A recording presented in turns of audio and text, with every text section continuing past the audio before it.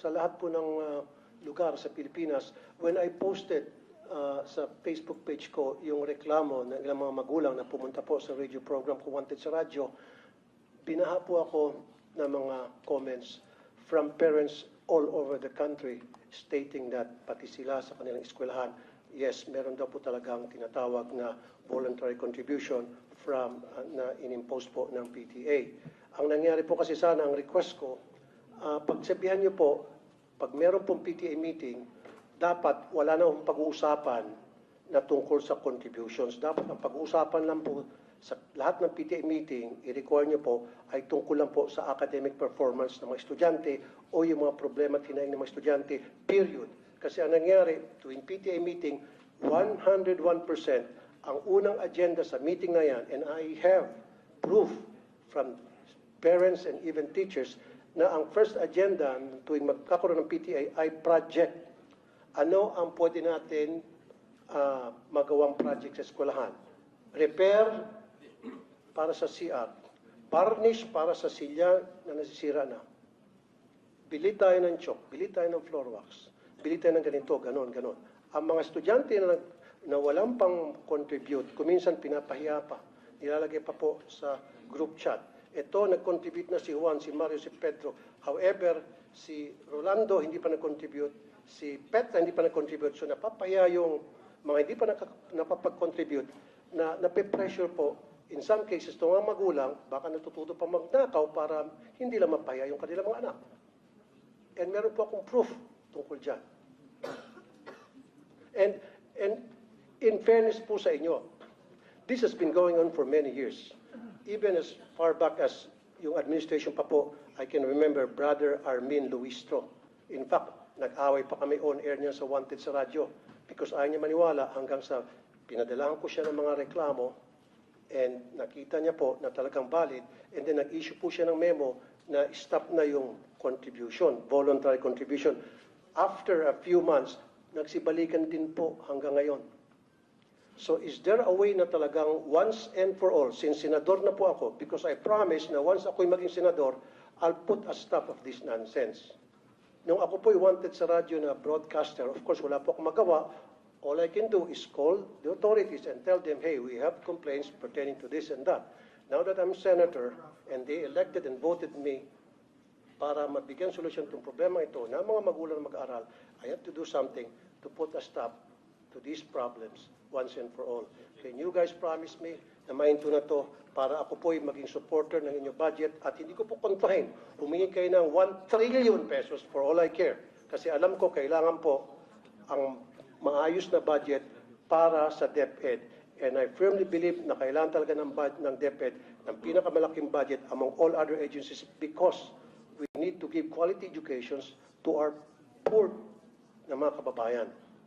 Because I believe in who he was less in life should have more in law. So dapat sa ating batas, bigyan po ng magandang edukasyon, bigyan po ng magandang serbisyo ang mga mayroon nating kababayan. Dito lang po sana sila makakabawi. And I agree, dapat pabawiin natin sila sa pamamagitan ng pagbigay ng quality education. Pero how can we give these students quality of education kung kulang-kulang? And then we're teaching these kids to be corrupt when they grow up. How and why? Because they know and they knew na yung paghihingi sa kanilang contribution ay pangingikil. Sir, So pag lumaki po itong mga estudyante, makikita nila na okay lang pala yung mangingikil kasi si teacher nangingikil sa amin. So paglaki nila, there's the possibility na baka mangingikil sila. Madam Chair, Your Honor, number one, you asked the question on how you can help. Paano kayo makatulong na senator na kayo ngayon? Pwede po kayong gumawa ng batas na ipagbawal po ang voluntary contribution sa mga PTAs. And then, pwede po nating i-implement yan. May penalties po yung teacher or parent na mag-insist na merong voluntary contribution. Ang mga PTA po, just like all the other associations, are guided by the majority. Kung ano po yung nadedesisyonan ng majority doon sa kanilang association, yun po yung nasusunod. Now, it is a voluntary contribution. Ibig sabihin, hindi po pinipilit yung mga estudyante o yung mga magulang na mag-contribute kung yun man ang nadesisyonan na project ng PTA.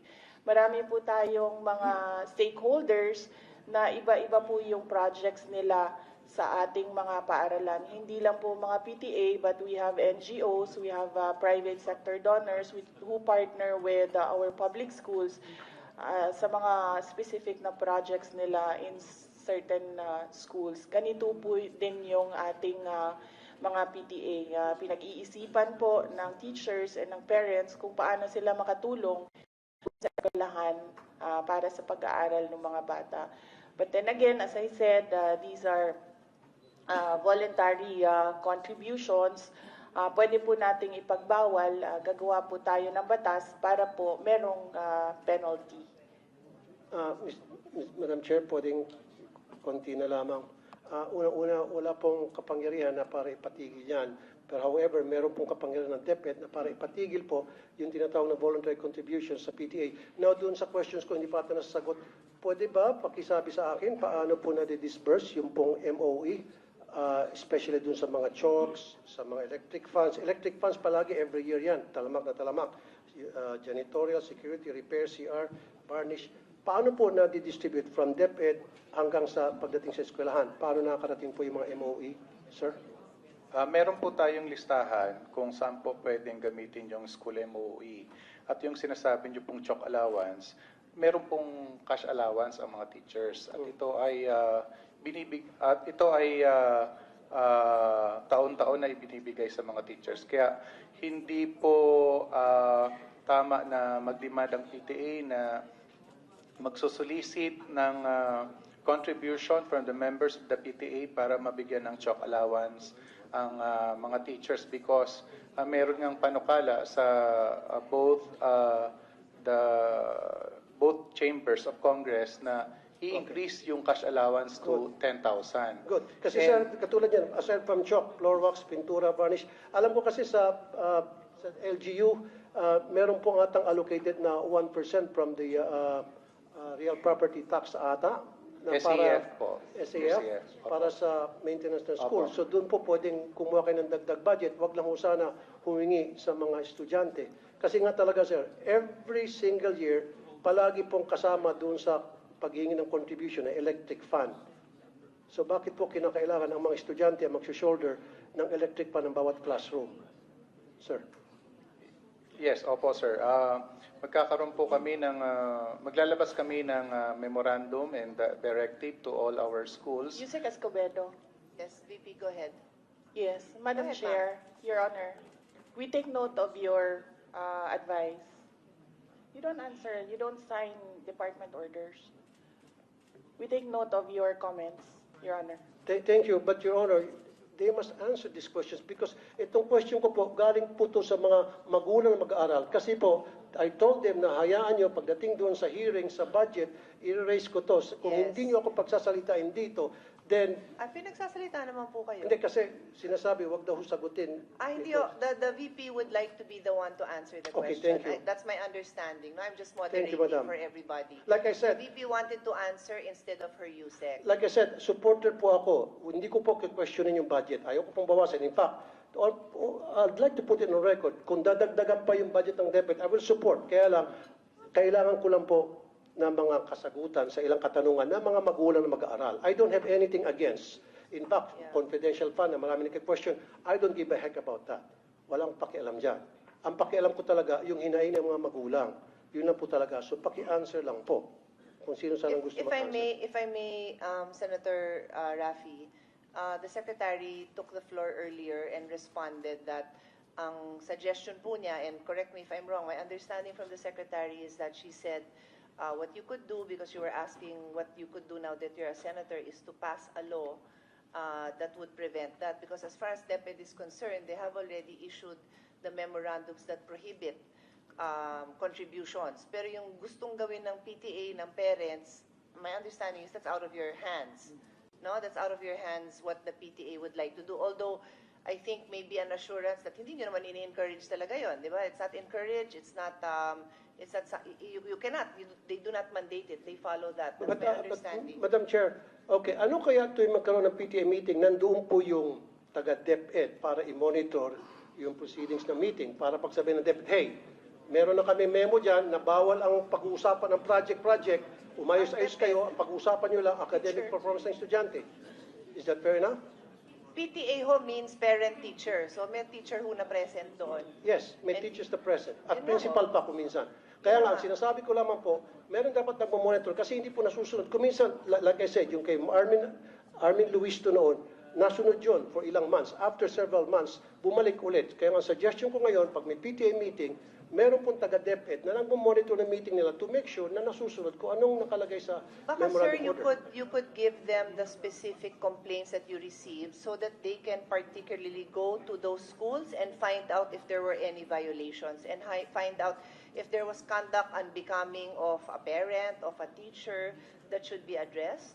Ang reklamo nga po, Madam Chair, ay yung pong sinasabing voluntary contribution na inaamin na nga po ng DepEd na mali talaga. Tulad po na ulitin ko, chalk, floor wax, pintura, varnish, TV, electric fan, test tube, printer, utility bills, janitorial, security guard, repair ng CR. Ito po ay mga reklamo and documented po ito. And I have documents to support this. And in fact, some of the teachers also told me na talaga nangyari po yan, Mr. Senator, wala kami magawa kasi hindi po nakakarating sa amin yung budget. Madam Chair, Your Honor, we will submit the downloading of MOOE up to the school level to the Finance Secretariat. At ito na lamang po, Madam Chair, test tube. Hinihingi din po, kasama rin po yung Pwede test bang tube. submit natin? Kasi sir, I've reminded everyone who's Last na beyond lamang their po, Madam time. Chair. Last na lamang. Sige. Test tube. Alam ko meron natang 500 billion na budget for the test tube. Parang every year, bilyones ang naalat para sa test tube. Kasi marami rin po ako mga magulang nagreklamo, pinapakontribute para sa test tube, laboratory test tubes. Ano ho yun, sir? Kasi I Test handle tubes. the budget, so Test tubes I can po. Yung I can test tubes attest. po I para have sa not mga seen I laboratory. have not seen 500 billion for test tubes. Or at least, yung pong pagkakaalam ko, yung pong... Ay, wala akong nasabi sa amin. 500 billion. Ako na ho Okay. magsasabi So sa inyo. anyway, bakit po yung sa test, sige na lang po, bakit po test tubes paulit-ulit po, every year hinihingan po ng contribution ng estudyante? Pwede po ba, pa-stop na rin natin yun? Yun lang po. So stop na po natin, in short, lahat po ng contribution para sa maintenance ng school, ang pakiusap po ng mga magulang, through me, stop na po natin yan. Pag na-stop niyo po yan, I promise you I'll support your budget every single year and you will not gonna hear anything from me. That's a commitment. That's a promise. Ito'y alang-alang sa mga magulang na mga lumapit sa akin. Madam Chair, Your Honor, we take note of the advice of the Honorable Senator Raffy Tulfo.